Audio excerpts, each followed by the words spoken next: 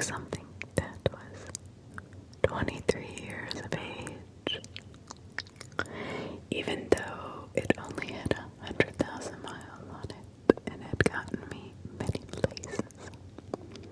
I had always had an uneasy feeling about it, and now as I gazed past the steering wheel at the pitch dark, empty countryside, I knew my gut had been telling me something, and I should have listened to it. This is written by Jake Wicklax. Wicklacz. Jake. I looked to my right to see my friend Julie staring cockeyed at the glove compartment with a slight wince about her face. Amy, what's that sound? Asked Julie in denial. It was the fucking engine, I said. I hate this car. I slammed my hand down on the steering wheel, accidentally honking the horn.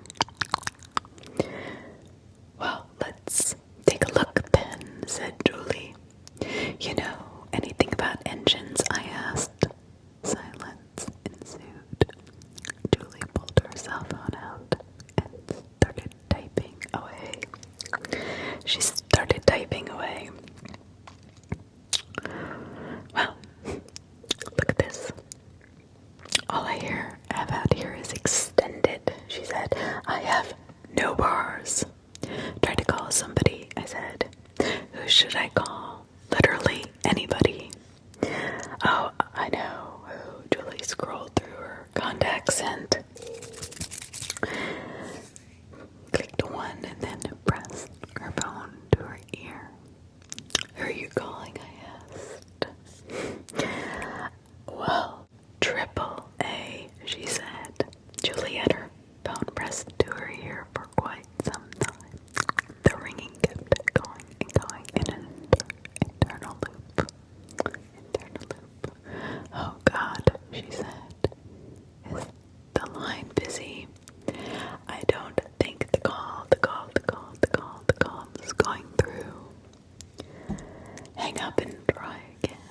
Julie hung up and redialed. Pressed the phone to her ear, waited, but nothing happened. My heart started beating fast.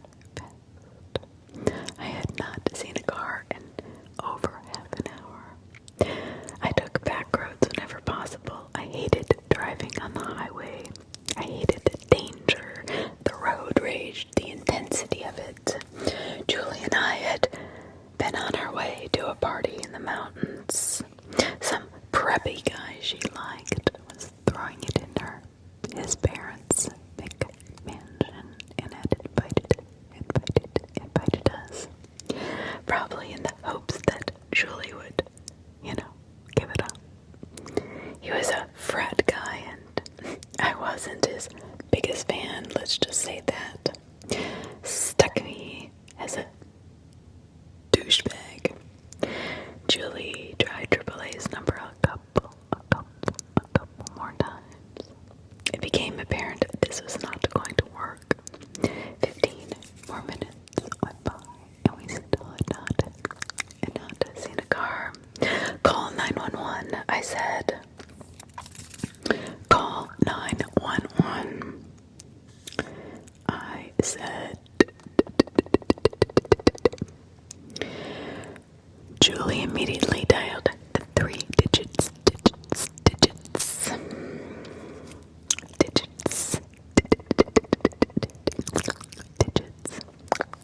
She pressed the phone to her ear. It rang once, and someone picked up. Our faces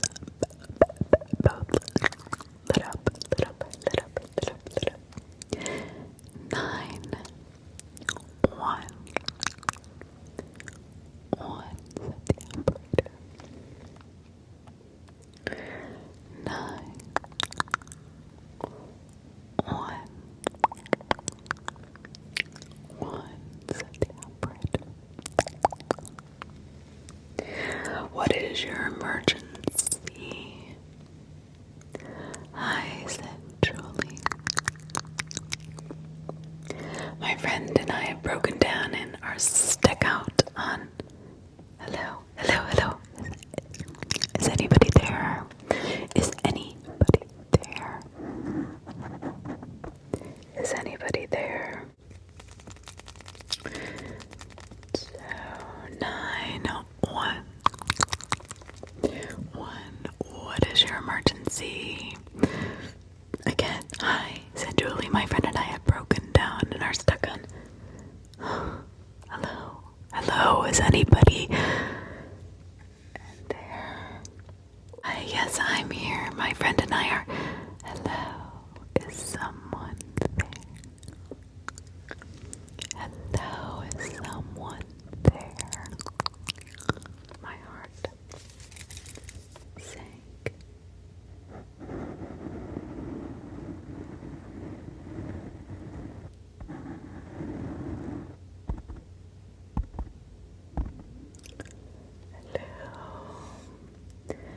Yes. Hello, hello. Hello. Julie kept at it for quite some time. 5 minutes must have passed and the operator still could not hear.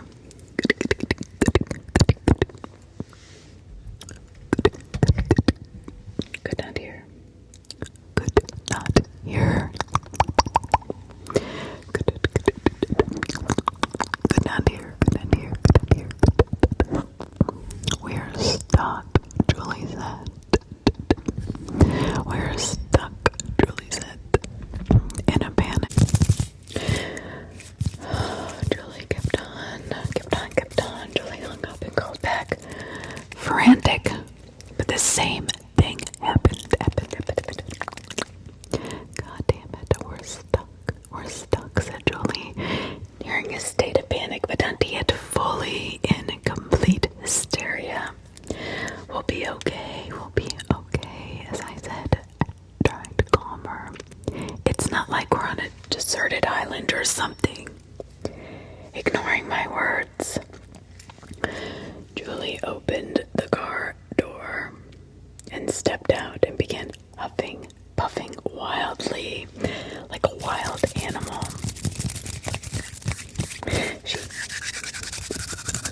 She cupped her hands around her mouth and yelled at the top of her lungs, "Help! Somebody help us! Somebody help!" Julie, I said as I climbed out of the car. Julie, calm down. I approached her and caressed her shoulders. Her breathing grew shakier and shallower. I worried she was having a panic attack.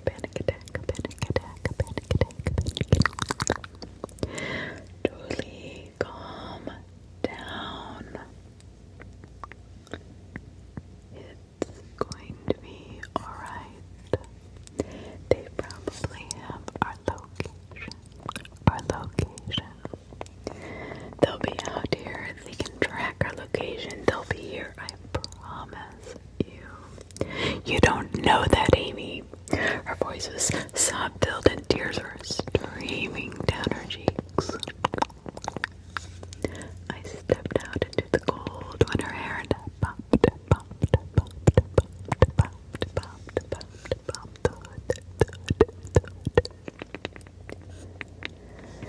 and fruitlessly examined the engine.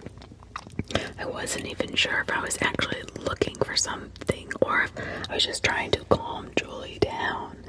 I waved my phone's flashlight around, which illuminated the various complicated car parts. Something was leaking that I could see. My right eyelid fluttered as my peripheral vision was struck by a ray of light. I turned to see blinding high beams coming straight towards us. They were so bright that I could not even see the vehicle they belonged to. Julie immediately shot out of the passenger seat and leapt over to the middle of the road and hopped up and down like a jackrabbit. She waved her arms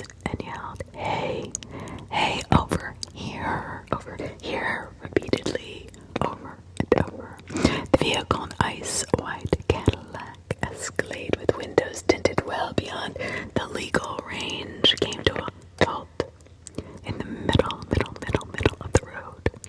We couldn't see inside.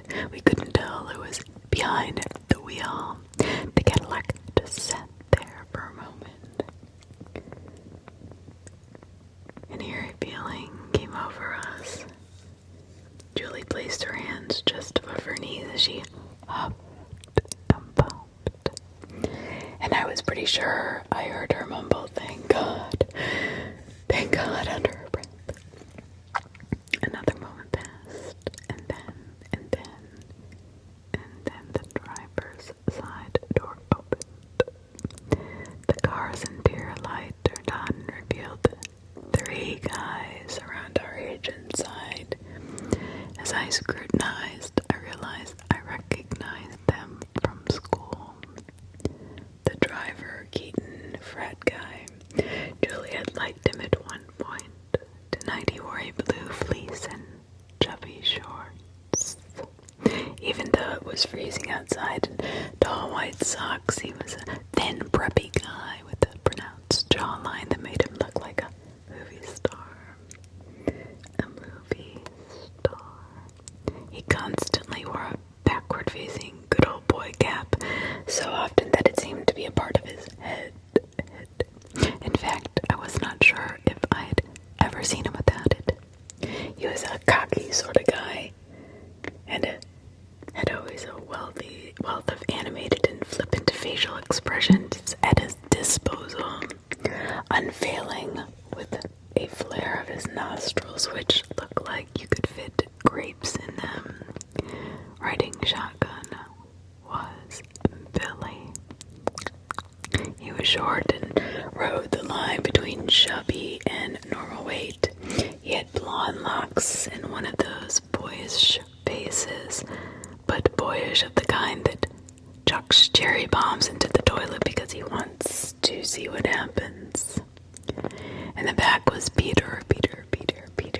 He wore a blazer and khaki. It took me a second to recollect his name. He always looked like a deer in headlights and mostly kept to himself. Only his friends really knew him, and he often served as their verbal punching bag. Yeah, night skits. Keaton stood up in the car and leaned out with his arms resting atop the driver's side door.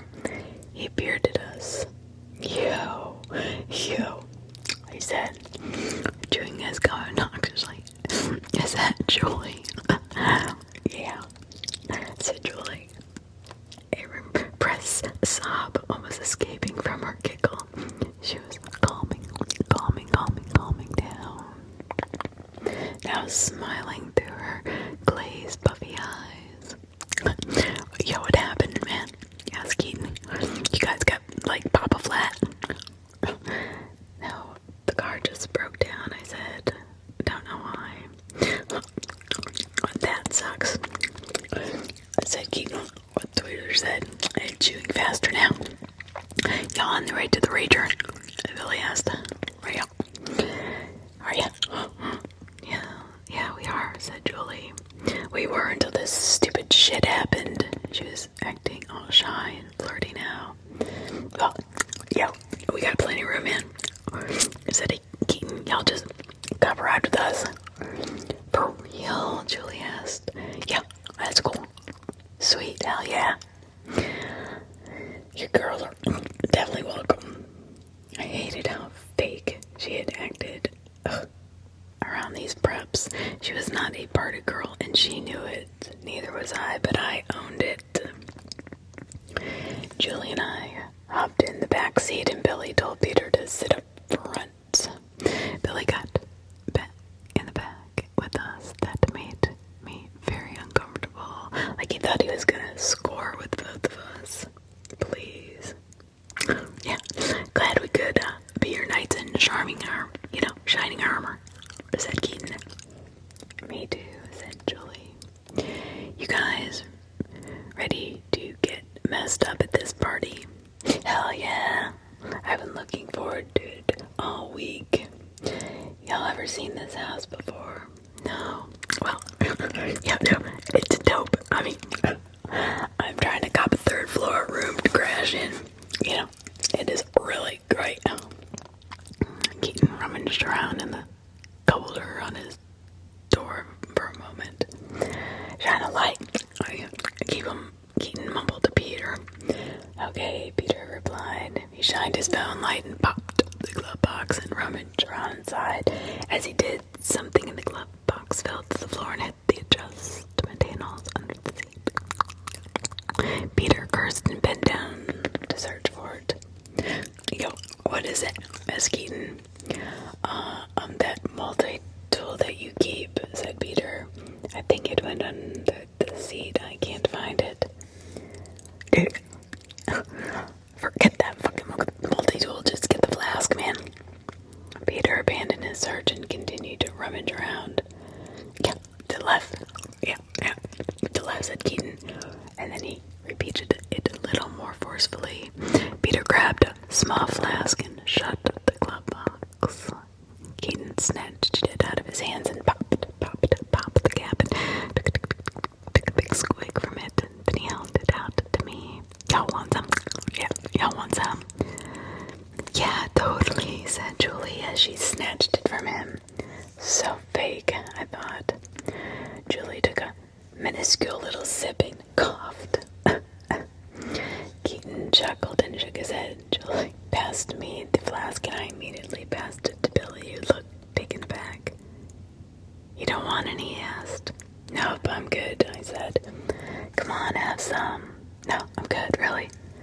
Billy shrugged and took a big old gulp. As he did, I felt a tingling sensation on my right leg that I thought was nothing at first. Then I felt it again, and I looked down to see Billy's fingertips steadily stroking the side of my leg. He did this as he drank from the flask, as if him not looking would make it less obvious. I ignored it for a second, but he persisted even after passing the flask to Peter.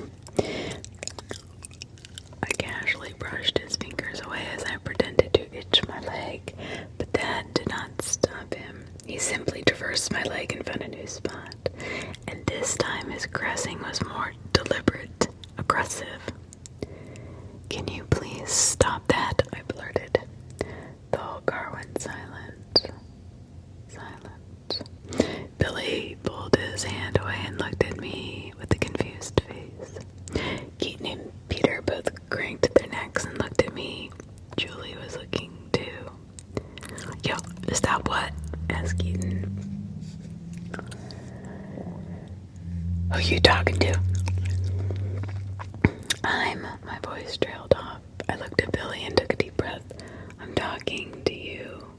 Yo, what did I do? Billy asked dumbly.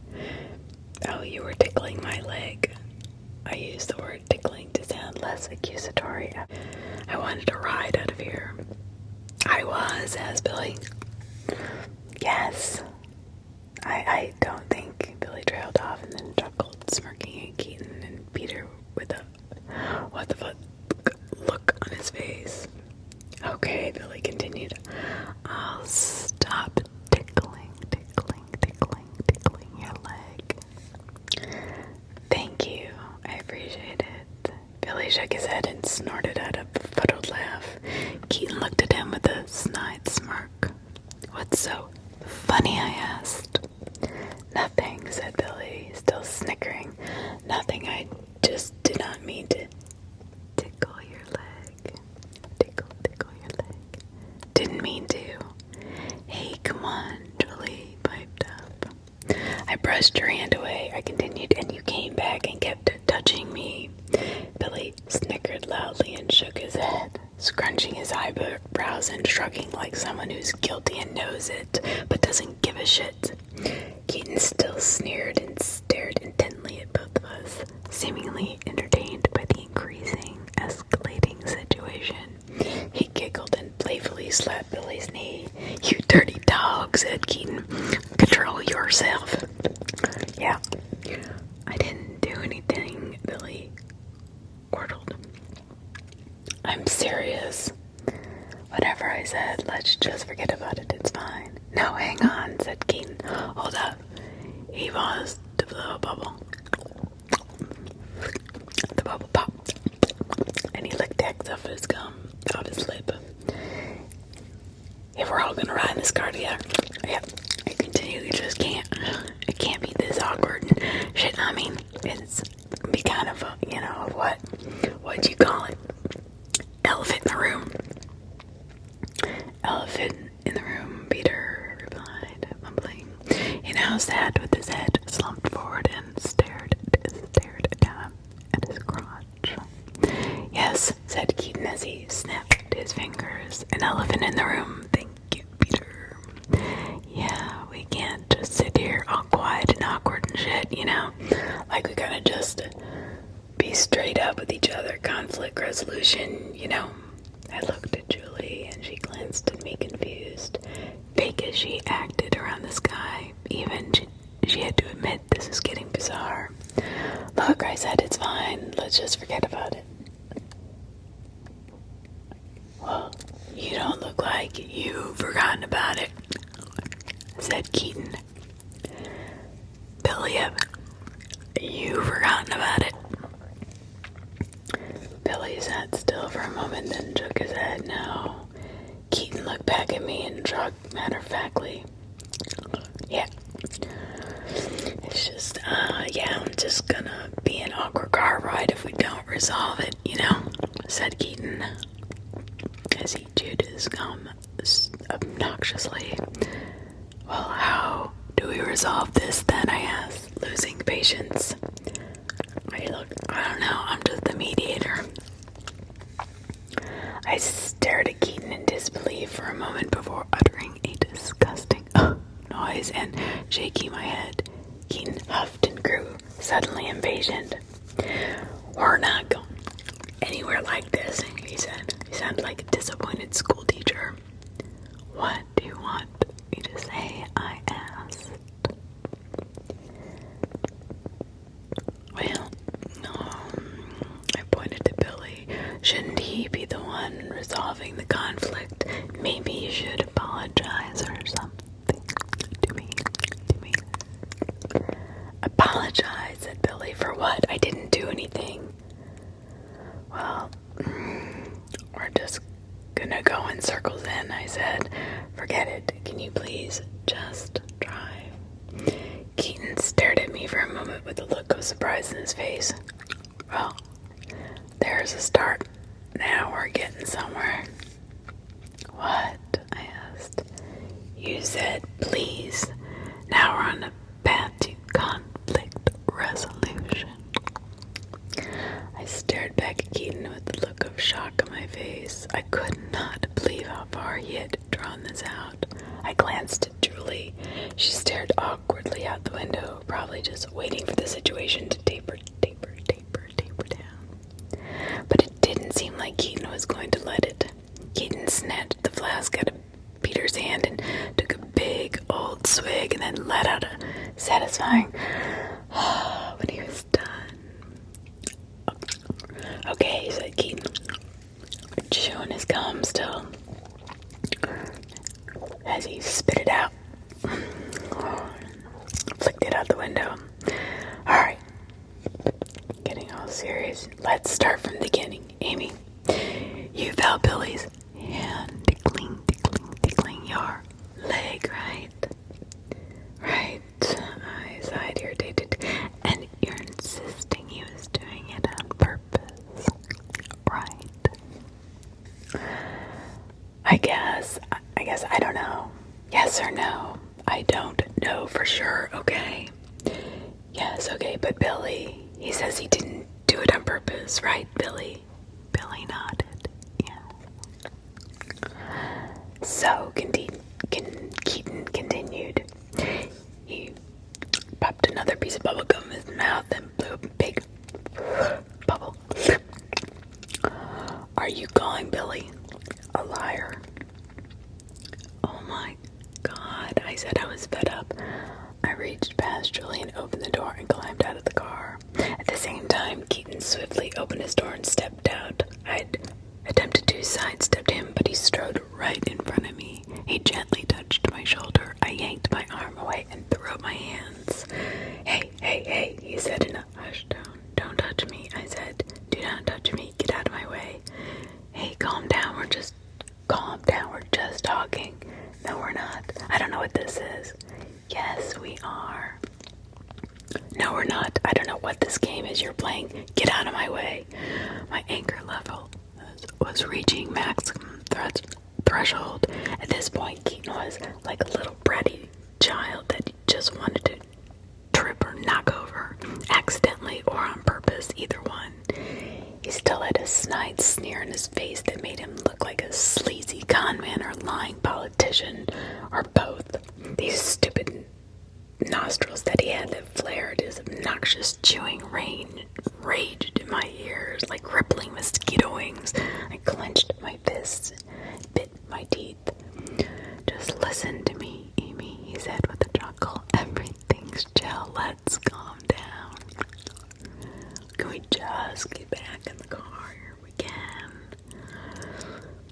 I let out an irate grunt as my fist shot forward and slammed right into Keaton's mouth. His head snapped back, and he let out a loud oof. He staggered back a single step and clutched his lip. I heard Billy utter, "Oh, shit," from the car. I walked past Keaton in a huff and approached my car. I figured I could at least take refuge inside and lock it if I needed to. I took long and purposeful strides across the asphalt. I thought Julie of how she could or should be joining me in the car. This situation was getting completely out of hand and dangerous, but I had to focus on getting there myself.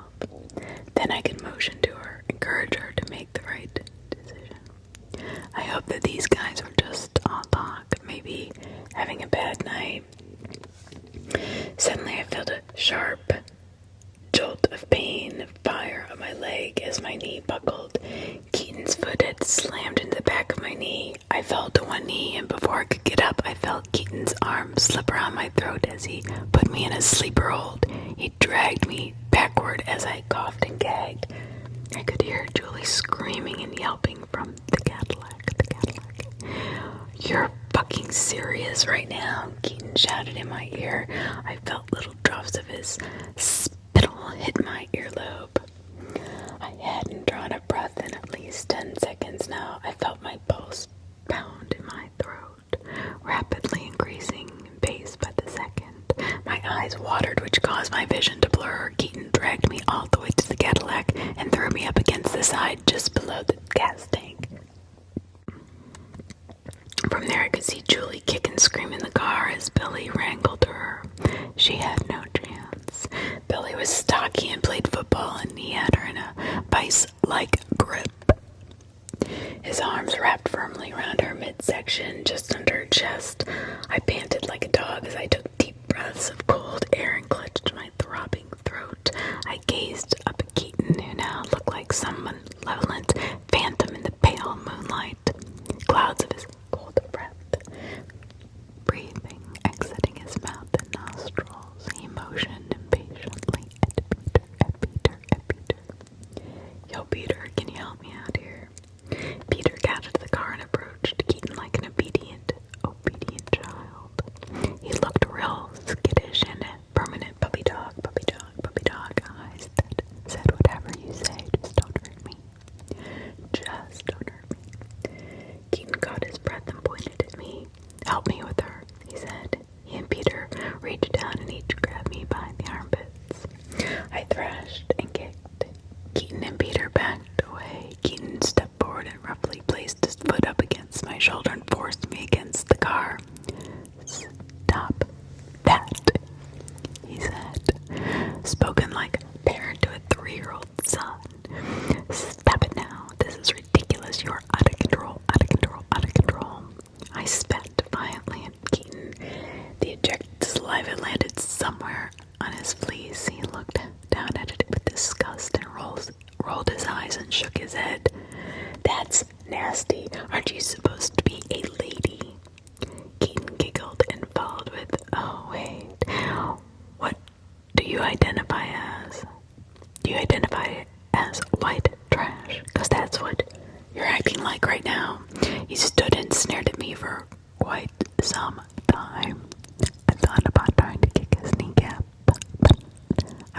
sure that I would miss, and that would just piss him off even more. Okay, listen up, he said. Fuck you, I replied. Don't talk. Just listen, he screamed with sudden vigor, which made Peter jump. He paused for a moment to find his words and to chew his gum. I had a survival knife in my back pocket. If you kick like that again, there is a very severe possibility that you're gonna get hurt. Do you understand me? I stayed silent, and that irritated him. Tell me you understand what I've said, he insisted. I nodded. So say it. I understand. Awesome. Keaton's mood flipped like a switch, and he was smiling and giddy once again. He and Peter bent down and grabbed me by my armpits, and this time I did not fight. They lifted me up and shoved me into the back seat, where Julie had now gone mostly still, but trembled as Billy held her in a tight bear hug and cupped his hand over her mouth. Her eyes met with mine, and the look we shared was that of dread.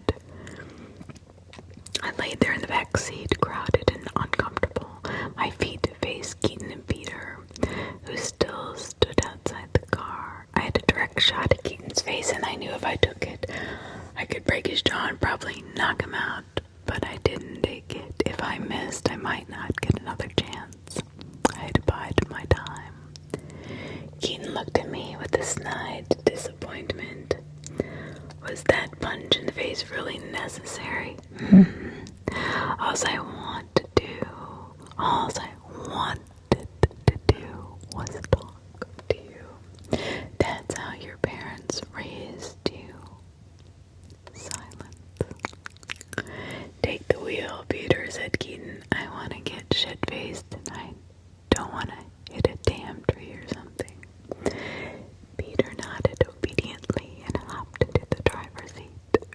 Keaton rounded the car and got into the passenger seat. Let's collect phones, said Keaton. Billy reached into my pocket and snatched my cell phone out. He did the same with Julie. He handed them to Keaton, and Keaton stashed them in the glove box. Keaton took his flask and gulped down copious amounts of the fluid inside. Peter turned on the car and started driving.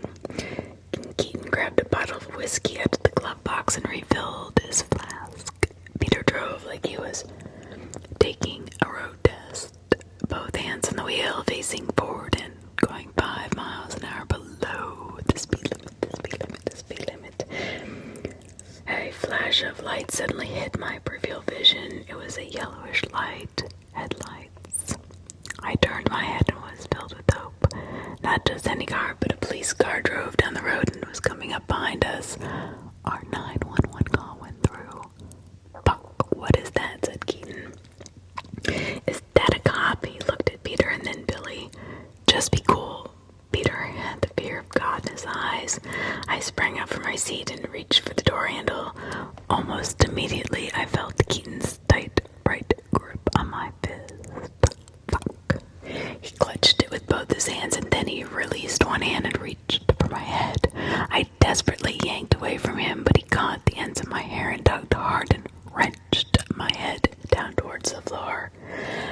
Help! I screamed, as if the cop could hear me. I could hear Julie's screams, which were muffled by Billy's meaty hand. He's gonna pass, like Keaton said. Here, let him pass. Pull over, pull over, pull over. I could feel the weight of the car shift as Peter pulled over to the side of the road. The next sound I heard was one of the worst I'd ever heard. The sound of the cop car passing us. The disappointment and the hopelessness I felt in that moment is indescribable. I realized that the police car was more likely a random patrol car unrelated to our fruitless emergency call. Keaton held my head down to the floor for several more moments.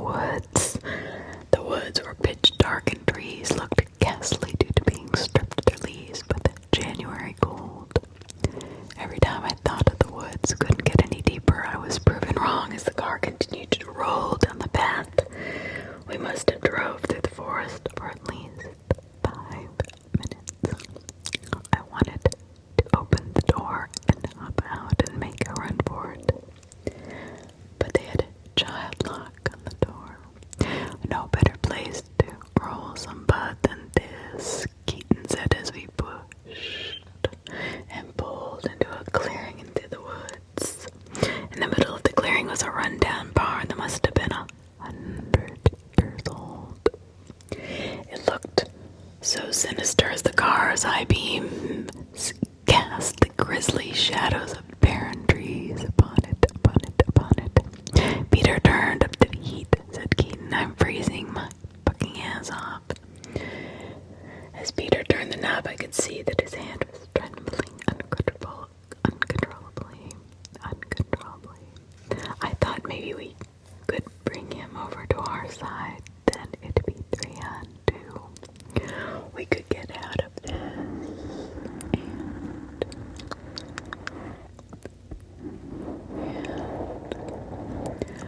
Okay, Keaton yipped, snapping everyone of their thoughts. Billy, you can let go of her mouth. No one's gonna hear her scream out here. Billy released his hands from Julie's mouth and she immediately started to wail, futilely calling for help that would never come. Not out here.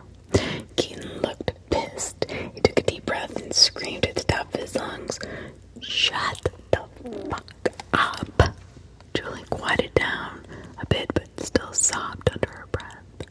Keaton huffed and caught his breath and shook his head. For Christ's sake, he said, "What a Greek drama." He reached into his back pocket and pulled out a large pocket knife and unfolded it out the shiny survival knife he'd mentioned before. "Okay, so here's what we're gonna do. Please just let us go," Julie sobbed. Keaton looked at her and shrugged. "Let you go? You're free to go at any time. No one's stopping you, right, Billy? Billy nodded.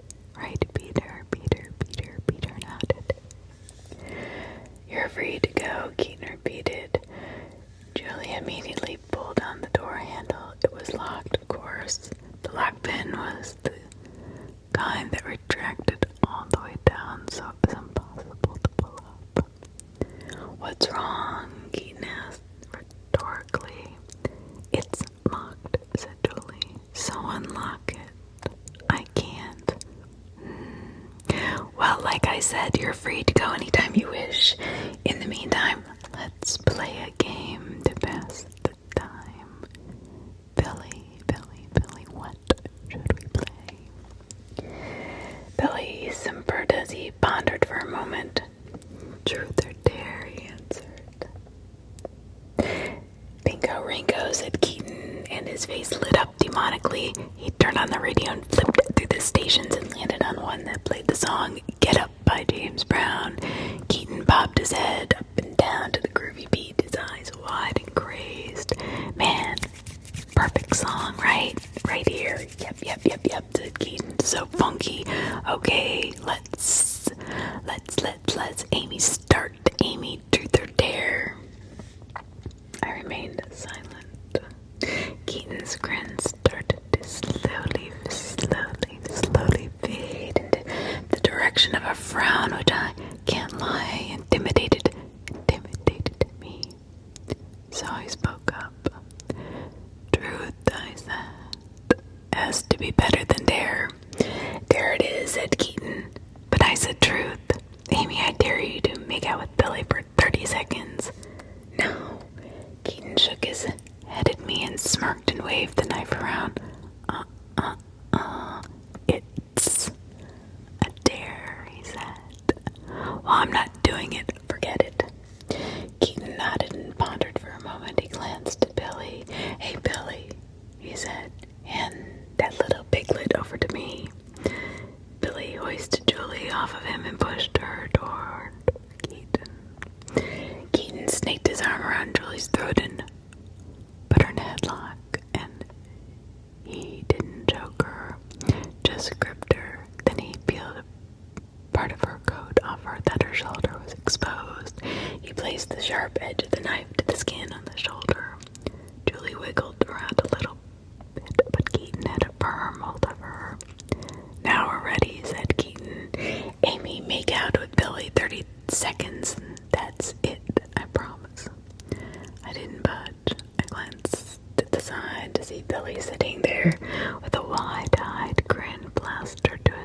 face. No way was I gonna kiss him. No way. My thoughts were fragmented by Julie's sudden cries. Keaton slid the blade across the skin on her shoulder and blood ran down her upper arm. I sat up to do something, but Billy stiff-armed me. Keaton continued to excruciatingly drag the blade across Julie's shoulder as her blood-curdling screams filled the air. Okay, I shouted, stop. Keaton stopped straight away. Julie sobbed as trails of blood ran down her arm and dripped from her elbow. Well, what are you waiting for? Keaton asked me. Give the boy a kiss. Look at that face. Who wouldn't want to kiss that? Billy and Keaton snickered.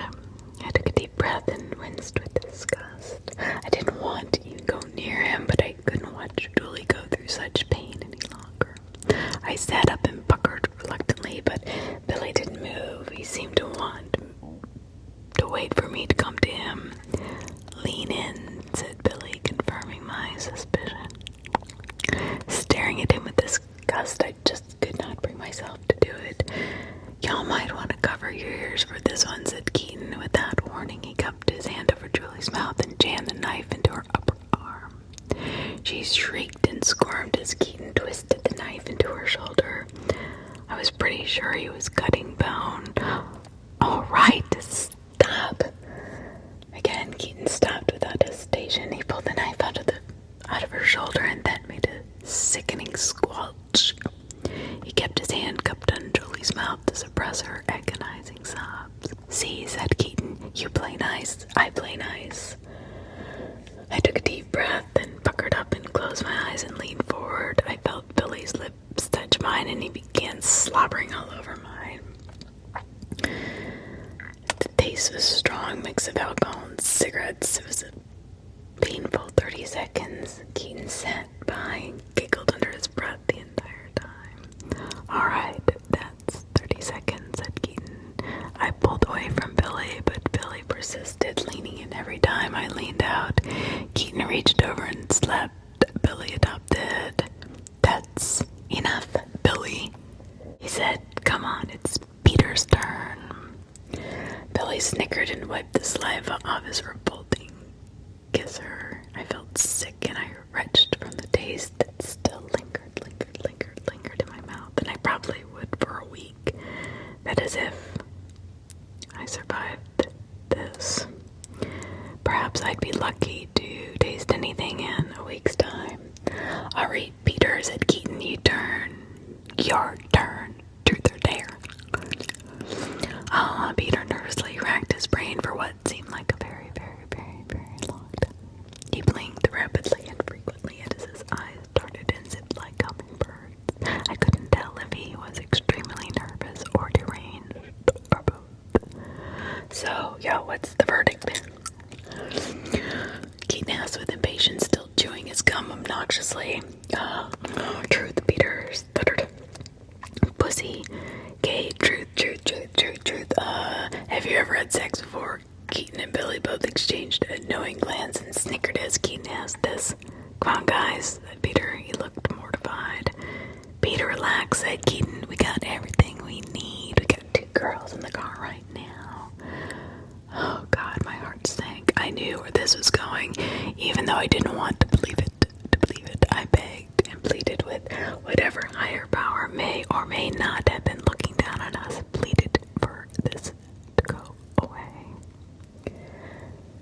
Nah, Keaton, said Peter, shaking his head and fidgeting with his fingers. Come on, man. What? Keaton asked in disbelief. Peter. Nah, man, you're going way too far. Come on, Peter, think with your Peter. Keaton and Billy got a kick out of this one, and Peter seemed to fight off a laugh as well. Julie's eyelids were heavy and her arms and legs were limp. She may have been passing out from the pain, and things were only going to get more dangerous. I had to figure out a way to escape this car, to make a mad dash for the woods.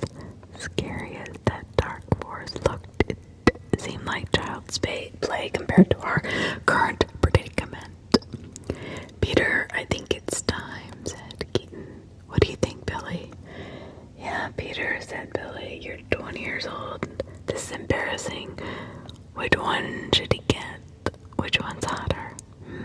Keaton glanced back and forth at me, then Julie, and then at me again. His eyes settled on Julie.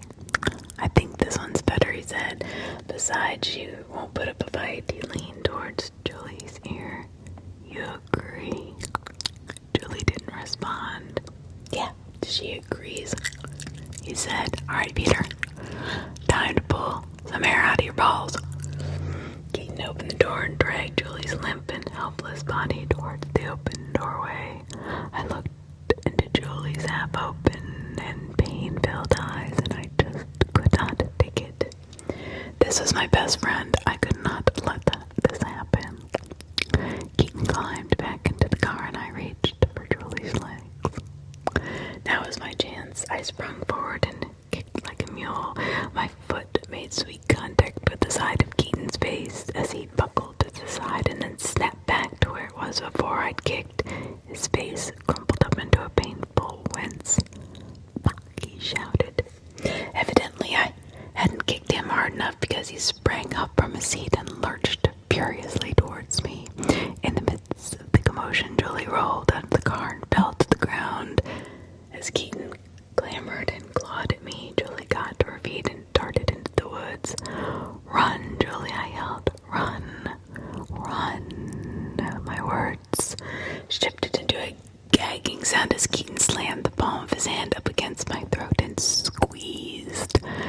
I'm gonna smack the fuck out of you, he snarled. Billy, grab her. Billy grabbed my ankles and I started to kick, but it was too late. He wrapped his arms around my ankles and locked them into a tight embrace. I couldn't kick, not even an inch. Keaton, meanwhile, choked the hell out of me and got right up in my face. His foul, alcoholic breath clouded my nose as droplets of his spit shot into my eye. I would advise you stop kicking, he said. He stayed with his face right up to mine for a while. He removed his hand from my throat and backed away and climbed out of the car. Keaton opened the glove box and rummaged through it. He pulled out a roll of Gorilla Tape and tossed it to Billy. If she kicks, break her legs, said Keaton. Billy taped the corner of the roll to my ankle and then wrapped the roll around my heels at least 7 or 8 times. Shit, I thought. I'm really in trouble now. Be back in a jiff, said Keaton. Peter, feel free to have your way with her. She ain't kicking now. Keaton jogged off into the woods, into the direction Julie had gone. As I saw him running, I compared it to the way I saw Julie run into the woods. She was hurt, but Keaton strode like a healthy buck. He would surely catch her.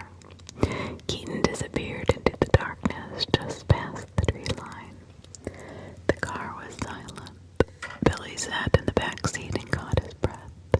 He popped his cigarette into his mouth and lit it and took a deep puff.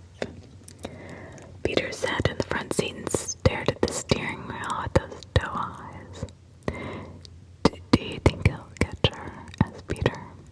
Probably, said Billy as he inhaled a drag. I wouldn't sweat it. She's hurt pretty bad and she's delirious too. He'll get her. What are we gonna do after that?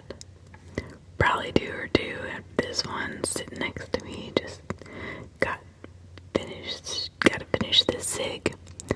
But what about after that? Well, won't they tell? They ain't telling nobody. How do you know? Billy motioned out the window. You remember that pond back there? We went to it one time. Peter squinted. I think so, he said. We'll chuck him in there. No one will ever find him. Are you sure? Yes, Peter, chill out. God damn it. Billy finished his cigarette.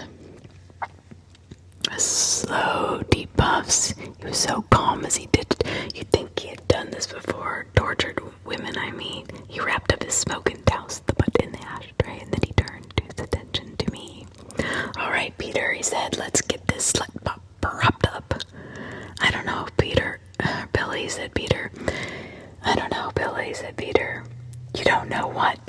this is why you're still a virgin, bruh. You ain't taking opportunities. I guess. You guess that is why you want to do her in the barn. I guess that's better than a cramped car. Yeah, sure. Alright, turn off the engine, shut the lights off the car first. Peter took the key out of the ignition and shut off the lead lights and hopped out. I patiently waited for him to open the passenger door. When he did, I immediately lurched forward and thumbed the bastard right in the eye. I felt Billy attempt to grab me, but I was too fast. I scooted out the car and hopped towards the woods. My pounding was too slow, so I crouched down and used my free hand to try and peel away the tape. Easier said than done. Billy was already sprinting towards me. I pinched the edge of the tape and tugged at it, and it started to peel. Billy slammed me into me like a freight train. I let out a grunt as the wind left my lungs. I fell to the ground with Billy on top of me, one half of his face smushed into the dirt and the dry leaves. Why the fuck did you do that? Billy asked. You're just making it worse for yourself, you little bitch. Billy got up and yanked my face off the ground and dragged me towards the barn.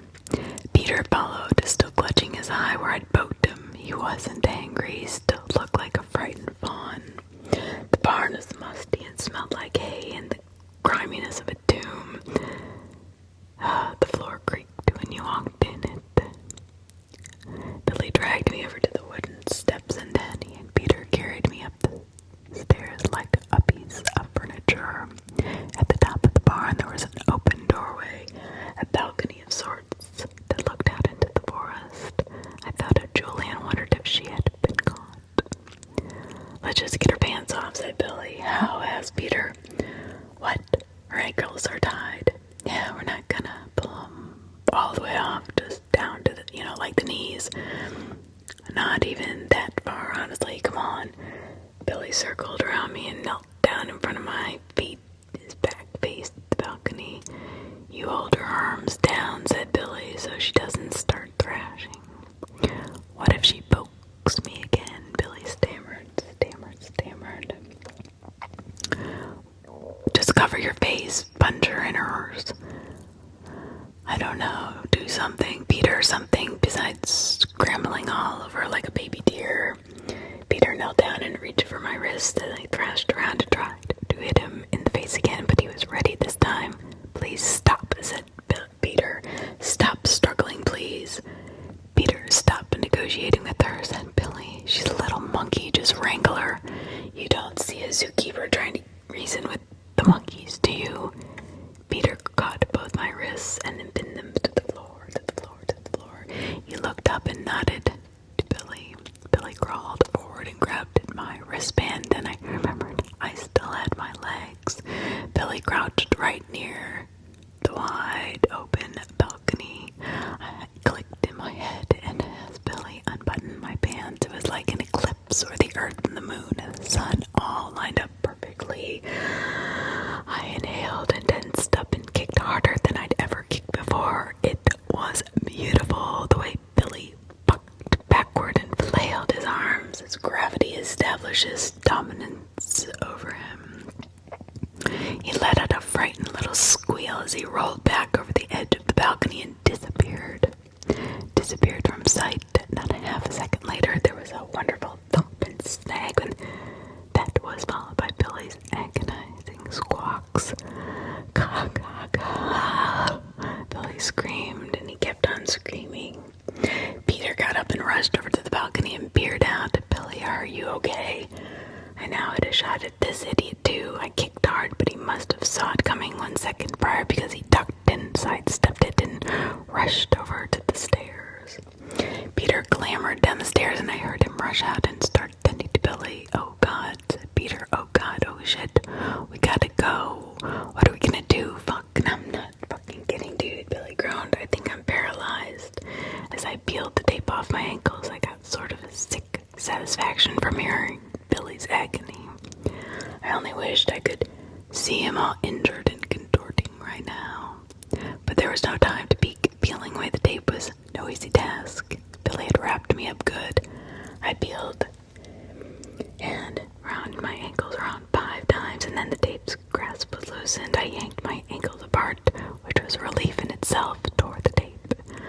got up and headed towards the stairs.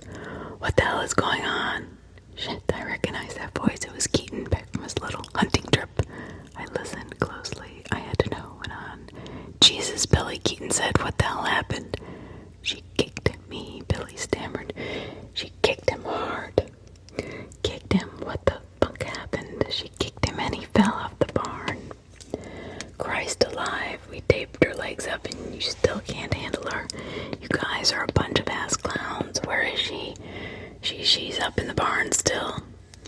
I winced as I heard crunching leaves and then creaky noises downstairs as Keaton entered the barn. He began whistling at me like a dog owner. Amy, he taunted. Amy, darling, it's Keaton, your boyfriend. He's still upstairs. I held my breath so he wouldn't hear me panting. I kept silent and hunkered in the corner by the stairs. I did not dare move a muscle. Even a slight shift of weight would cause one of the floorboards to creak. Amy, I'm coming up, okay? I cupped my hands over my mouth. My peepers felt the size of softballs. And then I very nearly leapt from my skin as I heard the bottom step let out a shrill whine. There was silence for a moment, then the second step squealed. Keaton's ascension up the stairs became a slow but steady rhythm like the swing of a rocking chair. Creak,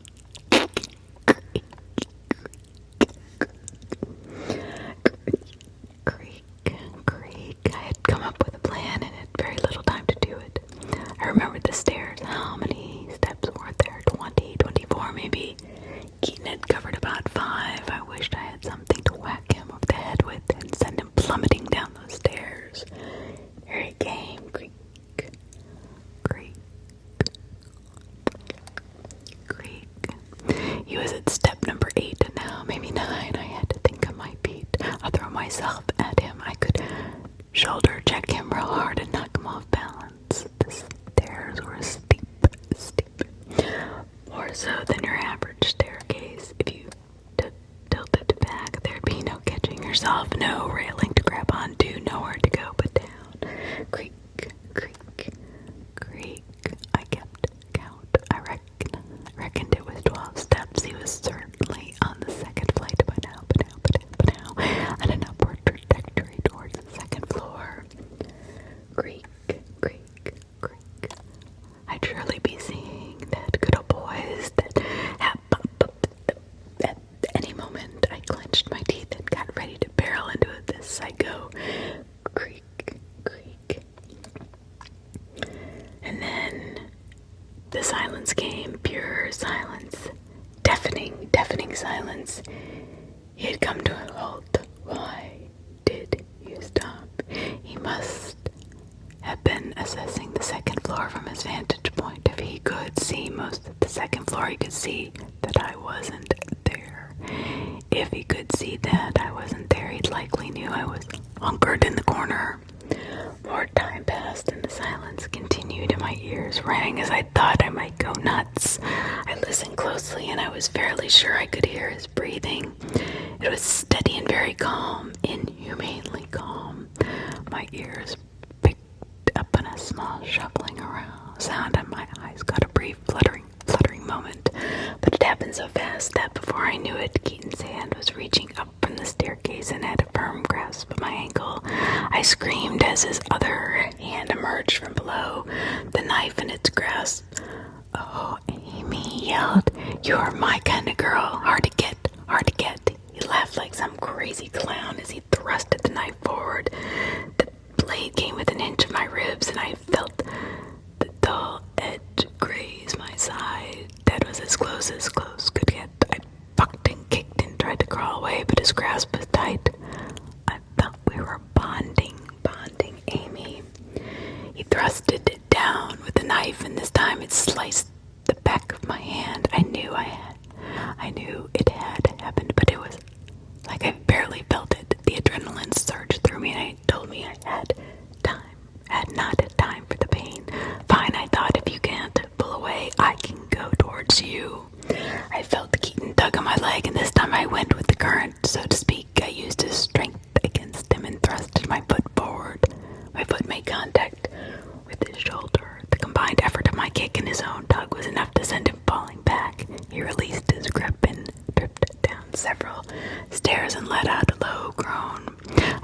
my feet, and without a pause, I shot towards the balcony. I didn't think of whether or not I'd make the jump because I had no choice. I ran to the edge and took the leap of faith and felt the wind comb my ears as I plummeted to the ground. I landed on my feet and a sharp pain shot up through both my ankles. I stumbled forward and fell to my hands and knees, but quickly got back up. I glanced back long enough to see Billy lying on the floor, ground silent.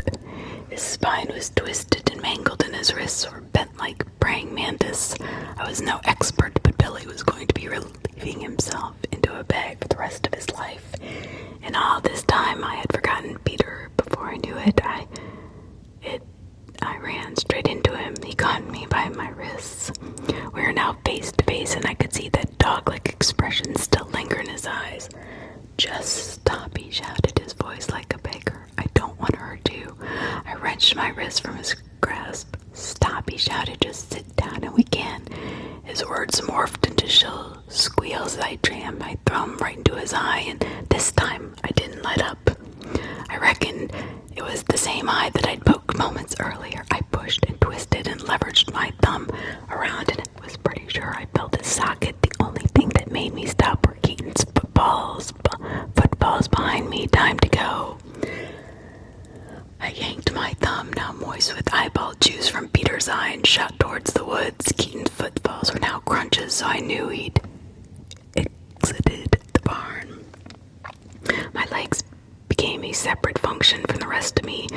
That's the only way I can describe it. They were like wheels of a car that carried me where I needed to go, and fast too. I ran with my fingers pointed up towards the slicing air the way Tom Cruise runs. My eyes had adjusted to the dark by now. They'd adjusted well. It was almost like daytime. I had the moon to thank for that too. After a while, I realized that Keaton was no longer behind me. Granted, I was stuck out in this forest alone in the dark, but I still felt relief. That maniac wasn't there anymore, and then I grew concerned as I thought of Julie. Wondered what had happened to her, if she had gotten away or if Keaton had captured her or done worse. I kept on the move and stared clear of the path that we'd used to drive into the woods. Time passed and my ears felt like they'd crack off from the cold. I must have been close to the road by now. I'd figured I'd flag down a car and get some help. At the very least, I'd remain in hiding in the forest. But that would not help Julie. Now would it? I suddenly heard the rumbling of a car engine behind me and saw the tree trunks around me grow slightly illuminated. I dropped to the ground and rolled behind a tree. I glanced back to see the high beams making their way through the forest. It was them. All right. And then that damn Cadillac did the worst thing it could possibly do. It stopped. I lowered my face to the ground and shut my eyes tight and prayed for the best. I prayed for the best. I heard 2 car doors open and shut, and then I heard Keaton say, "I just saw her. Swear to God I did." "Really?" asked Peter. "Yes, really. She's over there in that direction. She's hiding." Keaton spoke in such a mischievous tone. This really was just a game to him. "I know you're out here," said Keaton. "Oh, hold up. I think I see her. Look. You see her head peeping out over there." Shit, I tensed up and lay there so still that I felt paralyzed. I took extra care not to twitch even a muscle for fear that it would cause a few dead leaves to crackle. I heard 2 separate pairs of feet crunching through the leaves, and the crunching got louder and closer and closer and closer. "Hey, there she is," said Keaton, and then he raised his voice a tad. "Hey, Amy, I know that you..." Time to go. I sprang up and bolted into the darkness of the forest. I immediately heard my pursuers break into a run. I felt pain shooting through my ankles, probably from my eccentric leap an hour before. Not now, I told myself. I commanded my heels to stop with the pain, and they obeyed momentarily, but those crunching footfalls behind me were getting closer. I made the mistake of glancing over my shoulder, and when I did, I saw Keaton moving like a roadrunner. His scrawny frame almost aerodynamic. It was dark now, and the faint rays from those high beams outlined Keaton's grisly ghostly silhouette. When I turned my head forward again, I saw a dark void a bit in the ground, and then immediately felt a great shift in weight as gravity yanked me downward. I fell into what must have been a dried-up pond, maybe 7 feet deep. 8, perhaps. However deep this pit was, it was enough to knock the wind out of my lungs when I hit the ground. I groaned as I lay there in the soggy leaves. One of my ribs throbbed as I was certain I'd popped out. Through my ears I could hear Keaton Sinister snicker just above me. "Whoa, you took a little tumble, eh?" he said. "That's what happens when you run in the dark. What a klutz, you damn klutz." I rolled on my back and looked up to see Keaton and Peter stand at the edge of the pond, looking down at me. Keaton giggled and pretended to try and shove Peter off the edge. I was so tired and in such pain and so fed up with all this that I wanted to die in that moment. I pushed and pushed to try and speak, but my lungs would not allow it. I heaved, but wasn't able to. I wasn't granted the ability to inhale. This happened twice more, and then I could breathe again, and I could utter words that came out weak grunts. "Please, please," I uttered. "Please just kill me." "Come on, Amy," Keaton replied. "Don't take the coward way out. You're better than that. Besides, we still got more to do. Peter, let's get her out of there." I sat in the back seat of the Cadillac with my ankles and wrists stuck tape now. Before I knew it, I was seeing that sinister shack once again, along with those 3 shadows that cast themselves upon it. The only thing that was different from this last time was that Billy was no longer writhing in agony on the ground. He was nowhere in sight.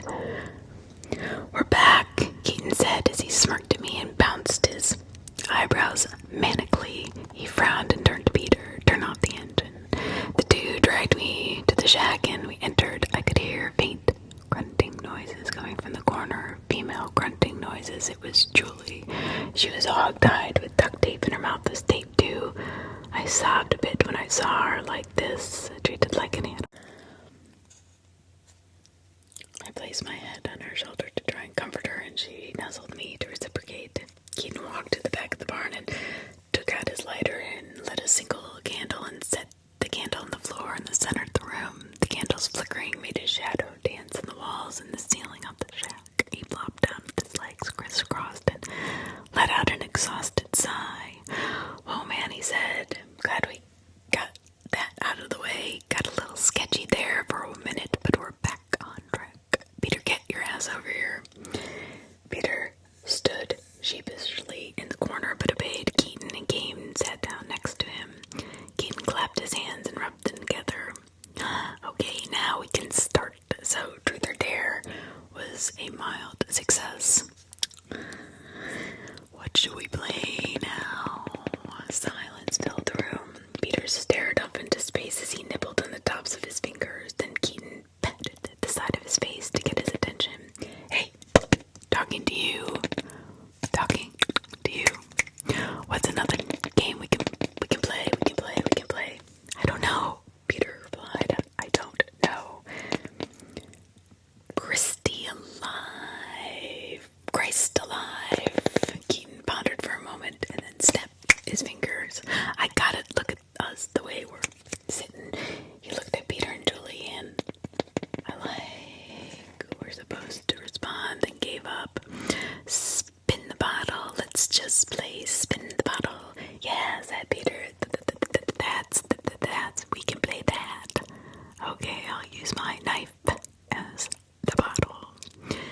Peter immediately barked. "Are you sure that's a good Shut the fuck up, Peter. They're tied up like a couple of oinkers." Keaton pulled out his knife and placed it in the middle of our little doorway. "Alrighty, who wants to spin?" He looked at Julie and I in rhetorical fashion.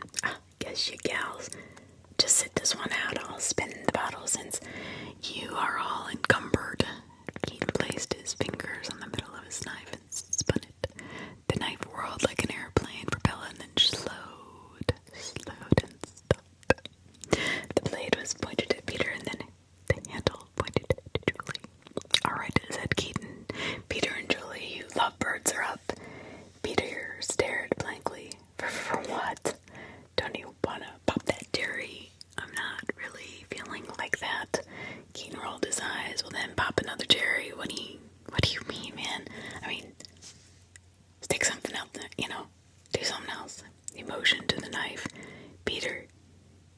break some new ground tonight. Ain't this the whole reason you and me and Billy came out tonight, to have a little time to try new shit, to get out of your comfort zone, right? Peter nodded strangely. So what are you waiting for? Pick up the knife, Peter. Do something. Peter gazed at the knife for quite some time. Julie stared and then started to grunt and groan and weep. Peter reached for the knife and placed his hand on it, and then scrutinized it with one doe eye for a little bit longer. Then he picked up the knife and crawled to Julie. Keaton casually popped a cigarette into his mouth and lit it and took a deep puff. He didn't pay too much attention to Peter. Julie's grunts and groans got louder and more frantic as Peter slowly raised the knife. It wiggled in his trembling hand. "Now?" asked Peter. "Now?" asked Peter. "Yes, now," said Keaton as he stared off into space. I rolled onto my side and to look away. Just as I did, I heard a sickening stabbing sound. Julie's muffled wails followed. I had no idea where she had been stabbed. It was too horrible to look. I shut my eyes and listened to her suppressed screams and her frantic but useless threshing. I heard Keaton blow a puff of smoke and then say, "Hit her again in the chest." The sounds I heard next came in a horrifying sequence. Peter removing the knife, then silence, then another stabbing, and then death-like silence. No more screams, no more stabs. Total emptiness. Keaton did a slow clap. "Bravo! That was great, Peter." Morning's very first pale light began to peek up from behind the horizon. I lay in the back of the Cadillac with the unbearable knowledge that Julie's corpse was in the trunk. Peter drove on a gravel path even deeper into the woods than the shack, and Keaton sat smoking cigarettes in the passenger seat and said something about dumping us into a pond, the one Billy had mentioned earlier. As I lay there, I thought of everything. I thought of Julie and how she had gone so young, and how her mother and father would handle her passing. I thought of my mom and what the news of my own death would do to her. I wondered if she'd ever get over it. Probably not. I laid my head back and sighed and gradually came to the sort of peace. As I looked back on my life, I decided I'd lived to the fullest of my ability. It was short but well spent. And then I caught something glistening in the corner of my eye. It was under the passenger seat, and the end of it was visible. I scrutinized for a moment to try and figure out what it was, and then it hit me. The multi-tool that Peter had dropped, followed by Keaton saying, "Forget the fucking multi-tool." Early in the evening, I was suddenly no longer at peace. I had a chance to live. I slowly and quietly, but still purposely, pivoted my hips and reached out my bound feet. I placed my heels down at the multi-tool and dragged. The tool didn't budge. I placed my heels down again and pressed harder this time. When I dragged, the multi-tools moved from my feet. "Yes, please, God, please." I pulled the tool closer until it was parallel with my shoulders. Now came the hard part, actually getting the tool into my hands without alerting the lunatics up front. I wormed a bit closer to the edge of the seat. This would take some flexibility, and I thought I may even have to dislocate a shoulder to reach it. I hope not. My bound hands now hung off the edge of the back seat. I hid my bottom lip and stretched both arms and wiggled my fingers towards the multi-tool. The tip of my middle finger just grazed the top of it. I was maddeningly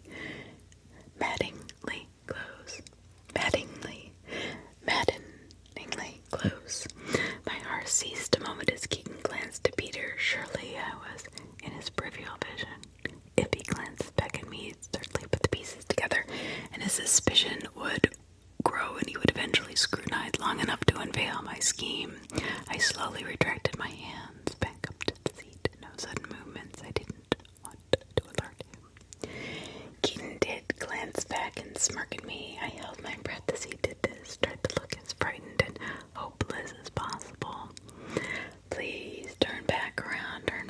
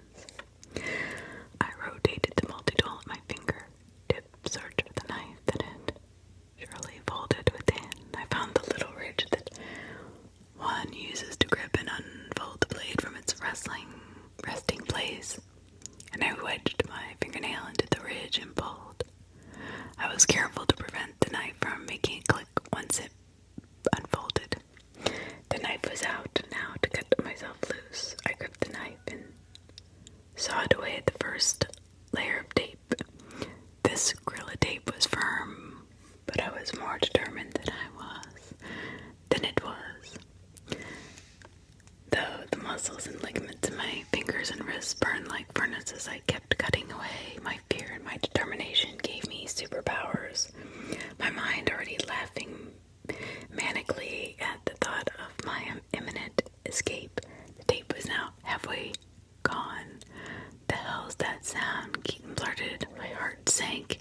Keaton glanced around the car like a bloodhound that had caught the scent of a deer. I wasn't sure if I could speed up my cutting or stop completely. I chose to speed it up. If he looked down, he would see the knife, and my escape would be put to an end. Keaton followed the sound of my cutting, and his eyes drew downward and rested on the side of my hands, sawing at the tape.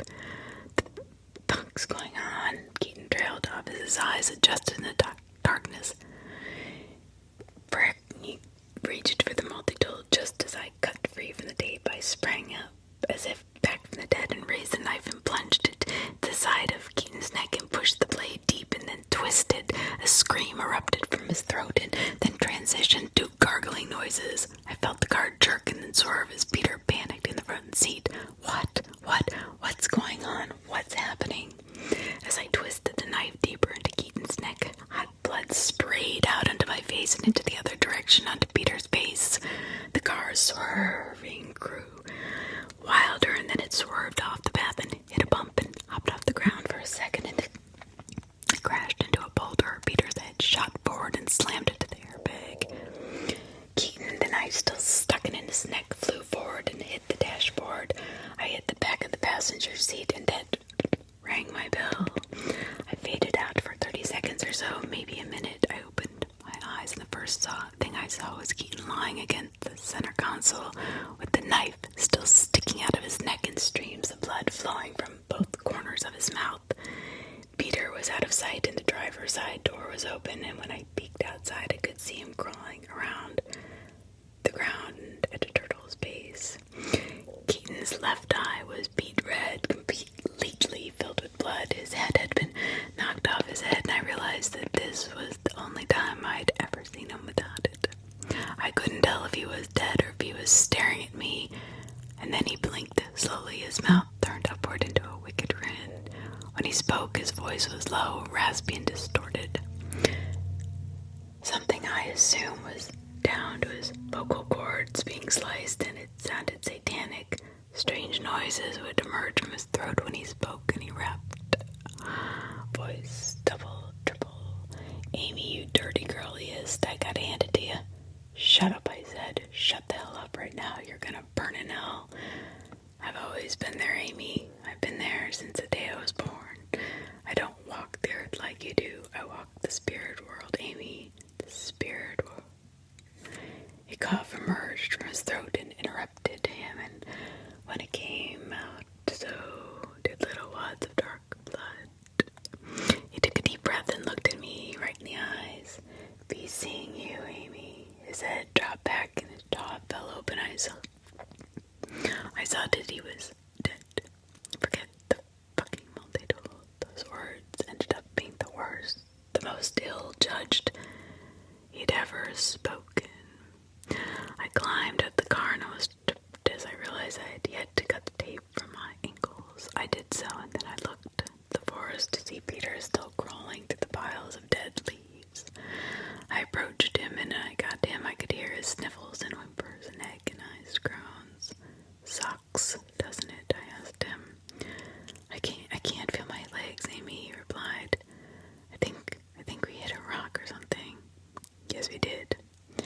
I need medical attention. I need an ambulance. Yes, you do. I paused for a moment and savored the weasel suffering. Goodbye, Peter. I walked off through the woods and towards the road, following the path that the morning sun now